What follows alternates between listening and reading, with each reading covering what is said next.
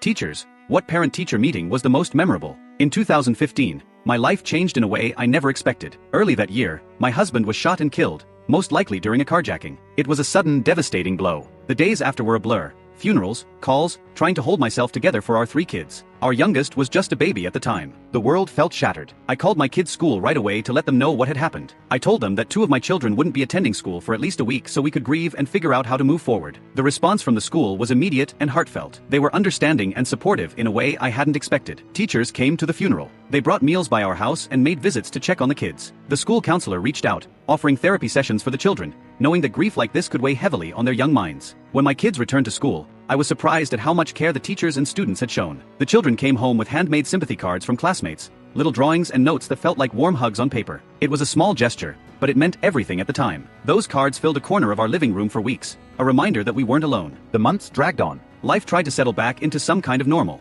There were days when the grief hit me all over again, but the support from the school made those times a little easier. Teachers were patient with my kids, understanding if they needed a little extra time or attention. They never made the loss a shadow hanging over them in class, but they quietly made sure the kids were okay. By December, the year was nearly over. One afternoon, I got a call from the school asking me to come in for a meeting. I was confused. My kids were doing well academically, and there had been no signs of behavioral issues. I wondered what it could be about. When I arrived at the school, I was greeted warmly by the teachers and the principal. The room was decorated with holiday cheer, but there was also a serious kindness in their faces. They told me that the meeting wasn't about problems or concerns. Instead, they wanted to share something with me. The teachers and students had come together to collect Christmas gifts for my children. I was taken aback. I had always tried to manage on my own and wasn't in a bad financial place, but the thoughtfulness behind the gesture was overwhelming. Each gift was carefully wrapped, some handmade, some store-bought, but all chosen with care. There were toys for the baby, books for the older kids, warm clothes, and even treats for the holiday. I was speechless. They explained that the school community wanted to make sure my kids had a joyful Christmas despite everything that had happened. I could feel tears welling up.